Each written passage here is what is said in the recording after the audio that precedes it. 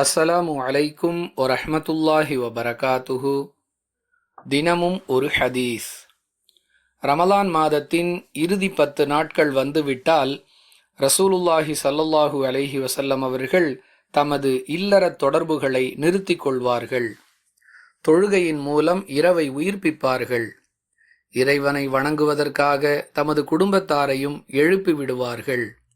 அறிவிப்பவர் ஆயிஷா ரதியல்லாஹு அன்ஹா. நூல் புகாரி, ஹதீஸ் எண் 2024. அன்பிற்குரிய அல்லாஹுவின் நல்லடியார்களே, லைலத்துல் கத்ரை தேட வேண்டும் என்பதற்காகவே அல்லாஹுவின் தூதர் ஸல்லல்லாஹு அலைஹி வஸல்லம் அவர்கள் இவ்வாறு செய்திருக்கிறார்கள். எல்லோருமே இப்படித்தான் செய்து ஆக வேண்டும் என்று நபிகளார் நமக்கு கட்டளையிடவில்லை. அவரவருடைய சூழ்நிலை, அவரவருடைய உடல் தேவை, இவற்றை பொறுத்து நம்முடைய நடவடிக்கைகளை நாம் அமைத்து கொள்ள வேண்டும்.